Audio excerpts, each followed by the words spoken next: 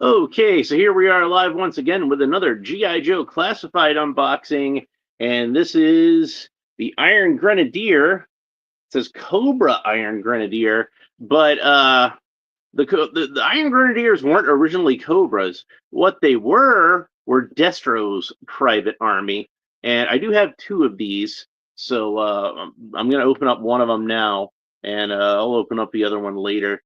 But yeah, my rule with army builders is if I find one when I've got a little bit of extra money, and I'll go ahead and buy one.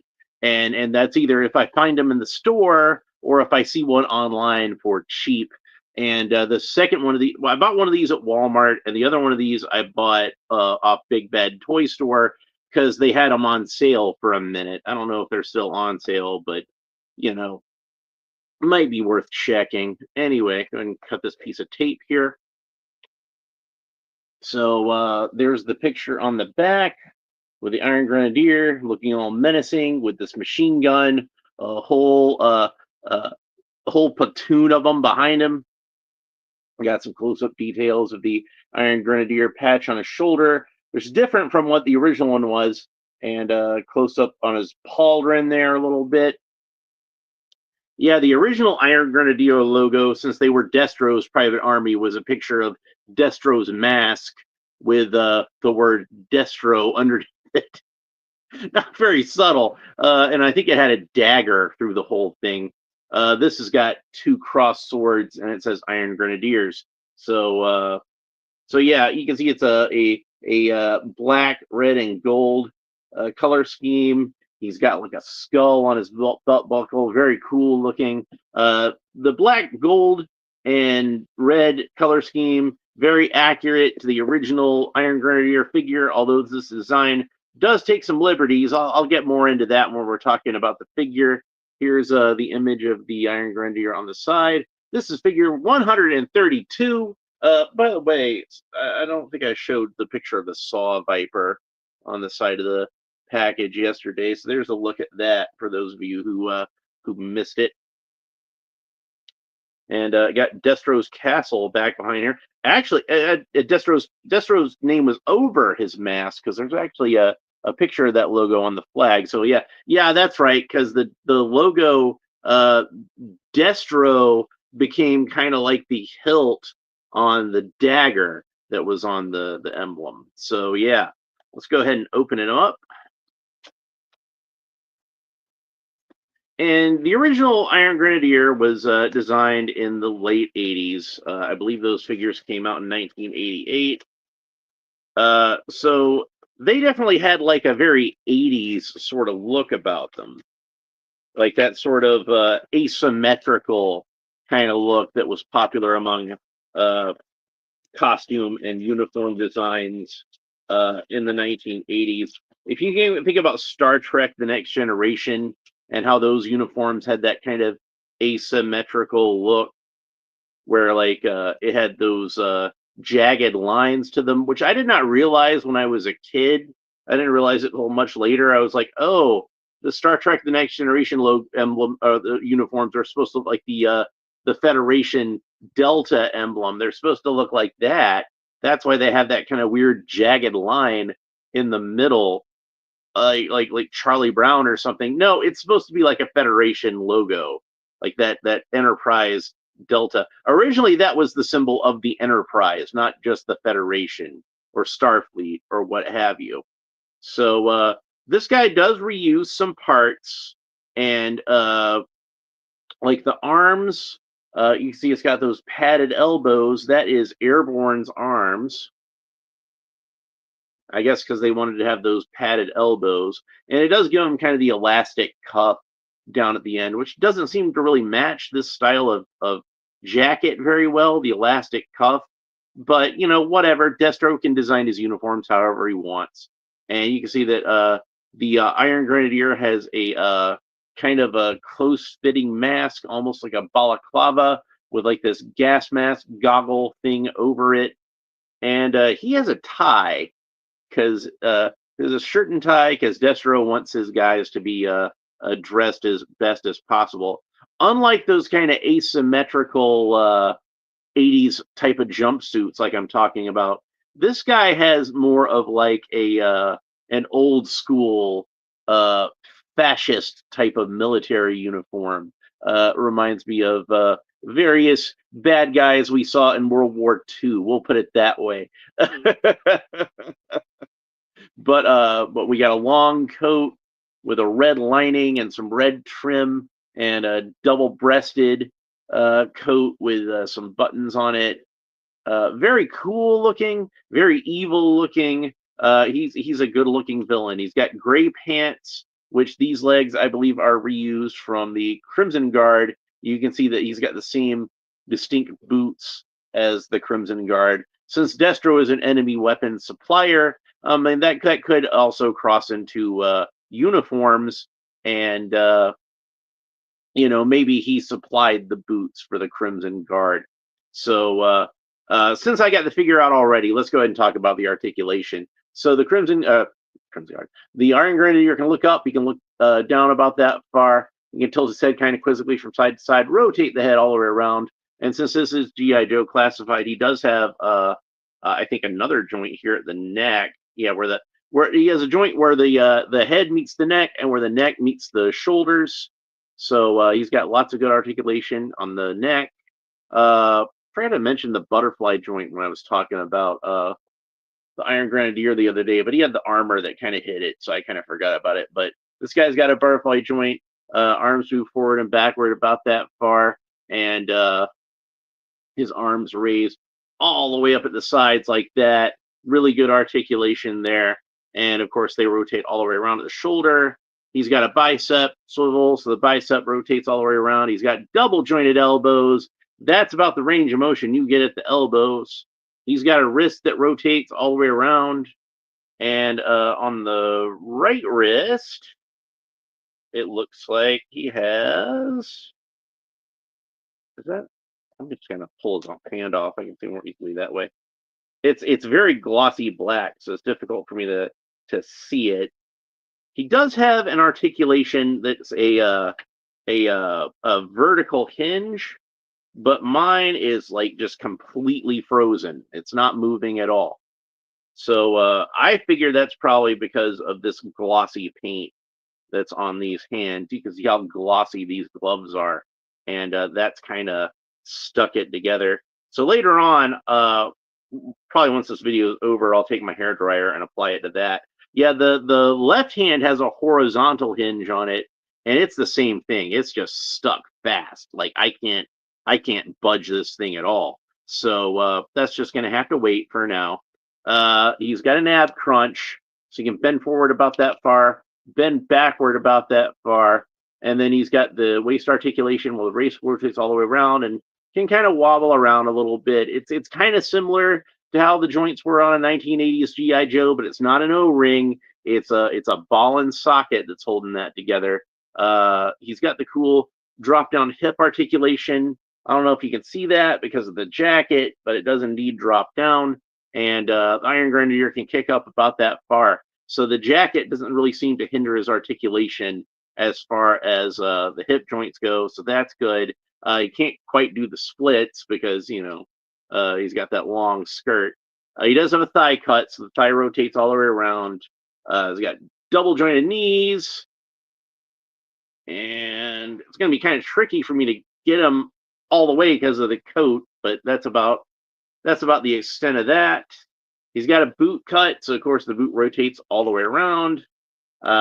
He's got the ankle articulation that foot points down about that far, foot points up about that far, and rotates all the way around. All right, so let's talk about this guy's accessories. So he's got two pistols, one of which is a very large pistol, and one of which is a smaller pistol. And these are reused from Destro. And the smaller pistol is just very deeply embedded in here. And it actually got a little warped in the package. The larger one got a little warped in the package.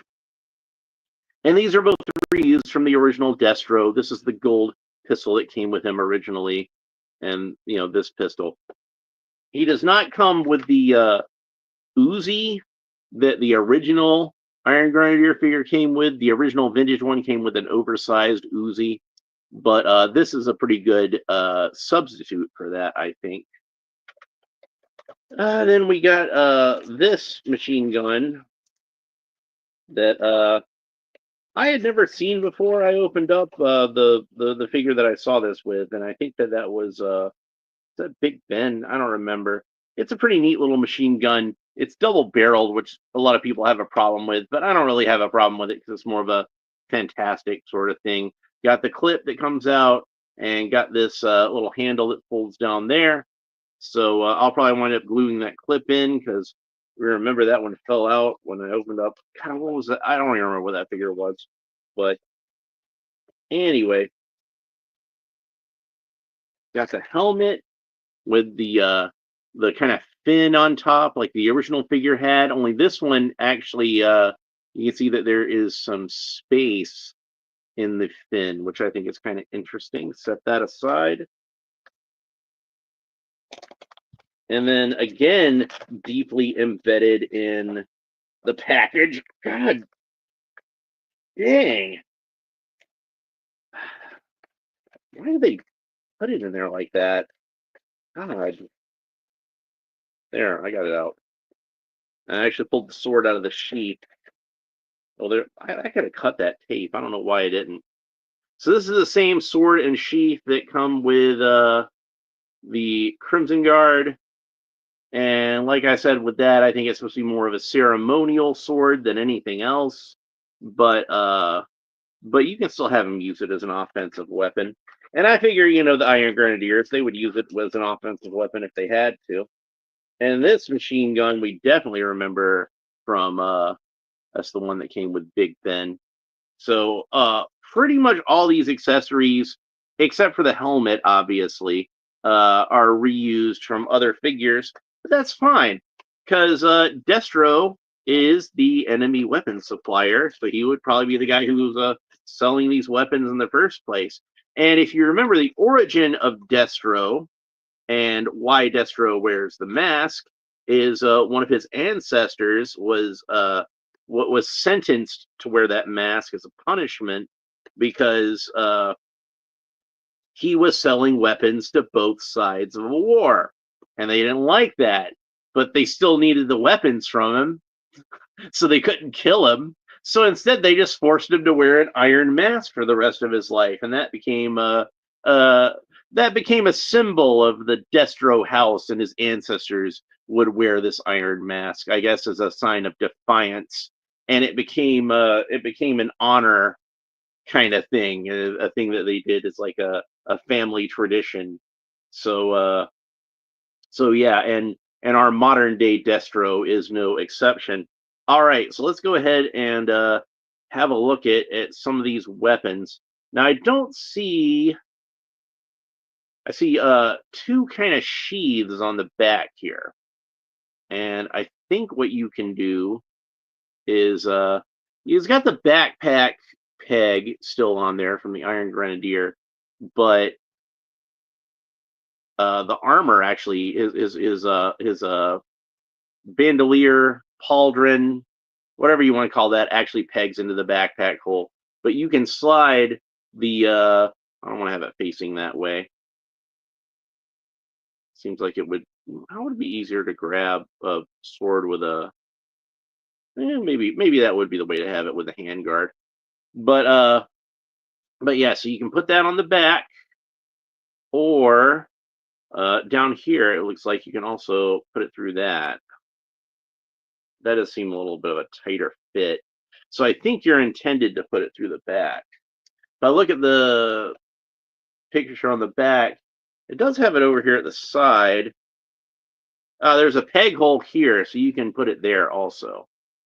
So it looks like we're going to have different display options on how to do this sword. I'm going to put it on the hip because that's where the vintage figure had it. So that's how I'm going to do that. But before we move on from the sword, let's go ahead and put the sword in his hand and see what that looks like. And there he is holding the sword, and he holds it quite nicely. So there we go. Put that back in the sheath. There we go. But you can put it on its back if you want to. Now, I'm assuming then that these are mainly intended to put the guns in. So you can, but you can put the sword in his back if you want to do that. So that's nice.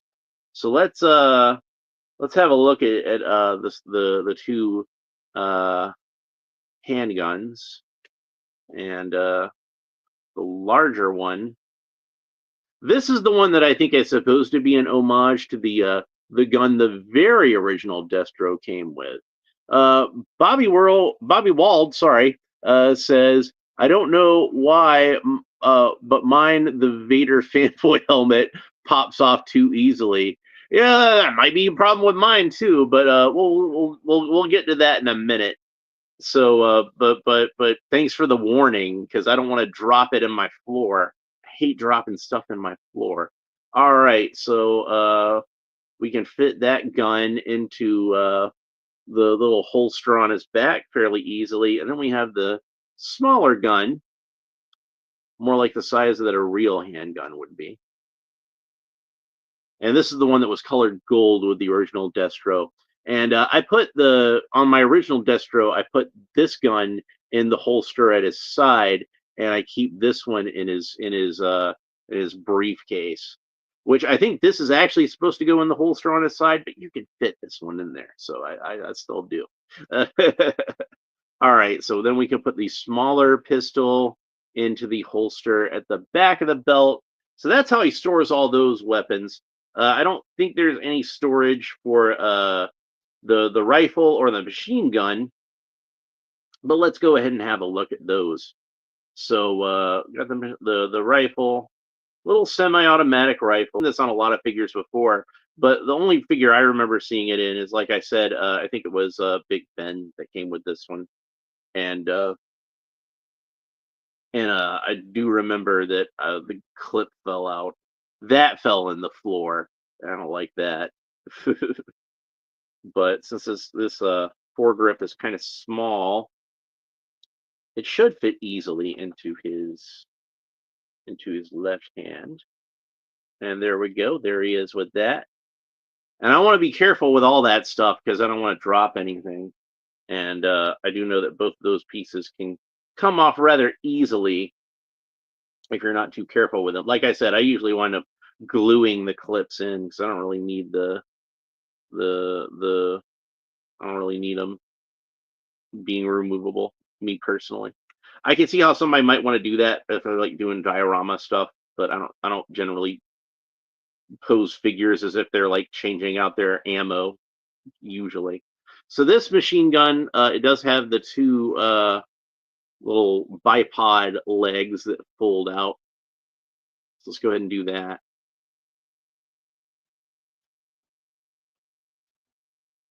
And this is probably the one that I'm gonna think of as being like the default weapon. So, and since this the stock on this thing is a little long, it does wind up getting kind of bent in at his shoulder. So if his wrist articulation was working properly, I could probably get like a little bit more leeway out of it. But like I said, it's just completely frozen. I ain't gonna move that. Like even when I had it the hand out of the wrist, I was pressing on the pin, like pressing on it on the desk, and all it was doing was bending up the pin rather than trying to you know move the thing. So I'm gonna have to use the hair dryer later. But there he is with the machine gun. All right, so let's go ahead and move on to the helmet and see how that's gonna fit on him.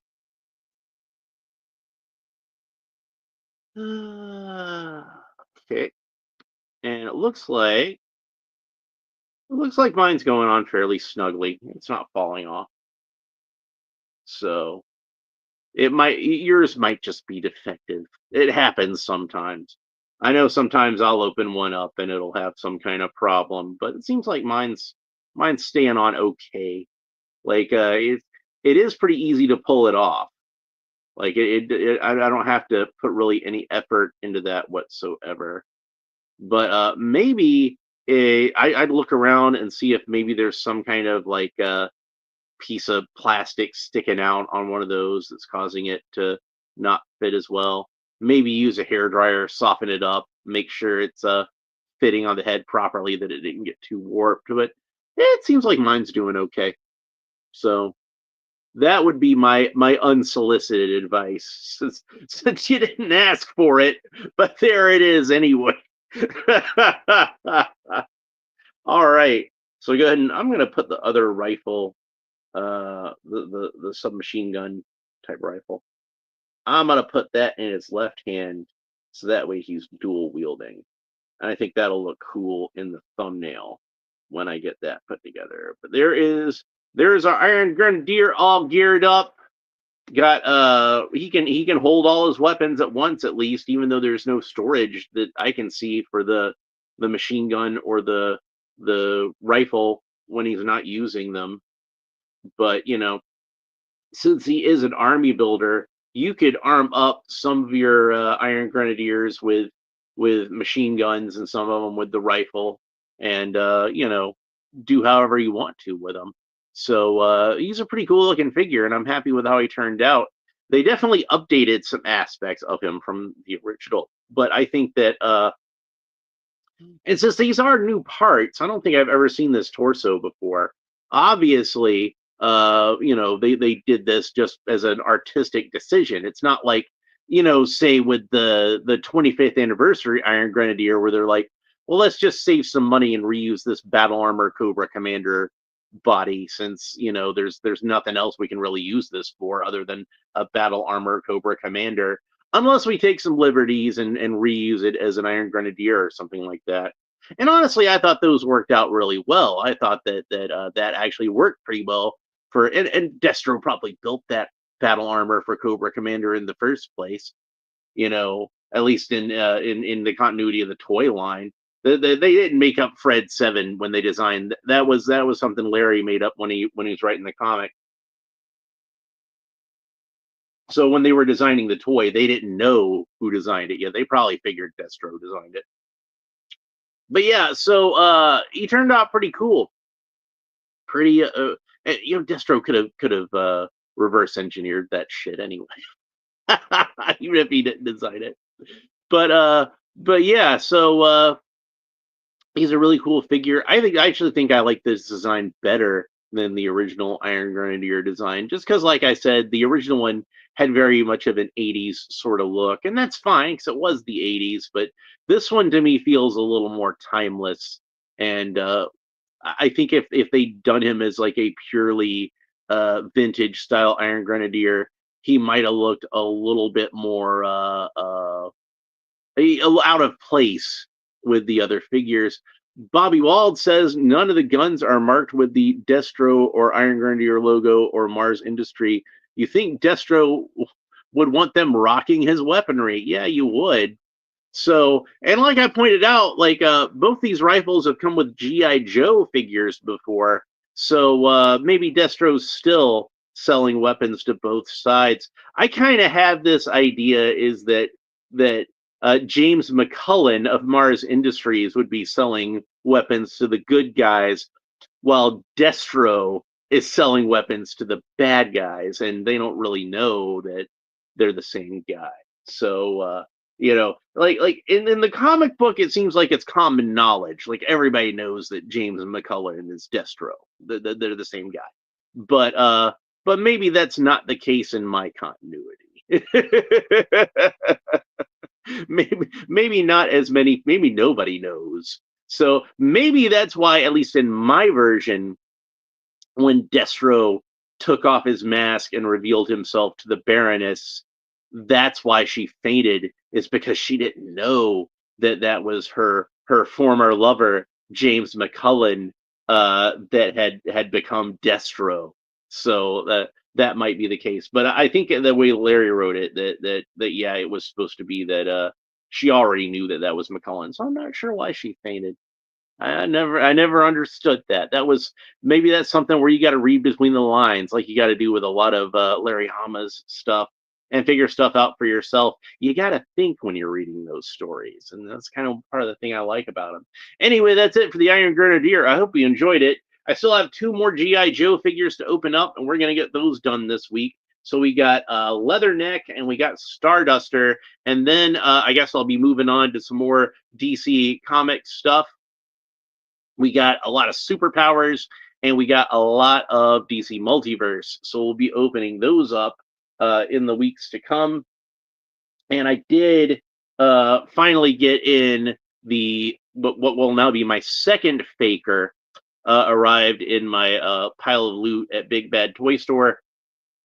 So I went ahead and had them ship my pile of loot to me today. So hopefully soon I shall be getting those in. So for those of you who have not gotten enough Masters of the Universe in the past 2 months, that I've been doing almost nothing but Masters of the Universe, and I'm looking at you, Max Toys and Games.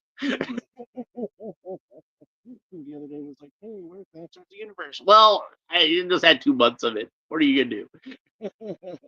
But I will have at least one more figure coming up. So I've got the Masterverse King Randor and that. And I need to get the other figures that came in that wave too, because there was some cool stuff that came in that wave. But anyway, that's it for the Iron Grenadier. I hope you enjoyed the video. If you did, please make sure that you like and subscribe and all the fun YouTube stuff down below. Leave a comment. Let me know what you think about this figure and the Iron Grenadiers in general.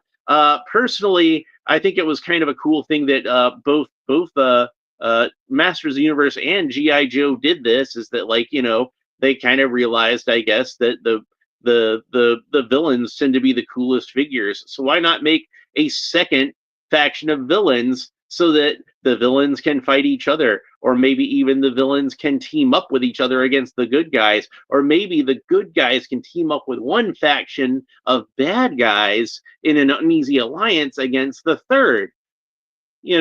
So there's all kinds of things you could do with that, and it really opened things up and refreshed it. I remember the 25th anniversary issue, celebrating the 25th anniversary of the original GI Joe,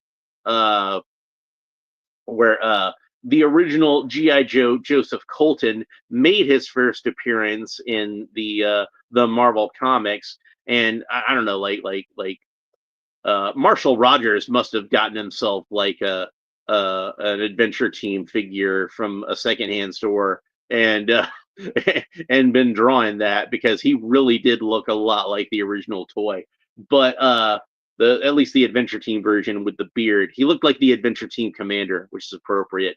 But yeah, in that issue, Cobra was leading an assault on this building, and they were disguised as Iron Grenadiers. So you could do interesting things like that with the toy lines. So, and if you were really clever, you could look at the equipment the Iron Grenadiers were using in that story and see that it was indeed the Cobra equipment. So that was just a great issue. Marshall Rogers on art, one of the greatest comic artists of all time. Larry Hama, of course, firing on all cylinders.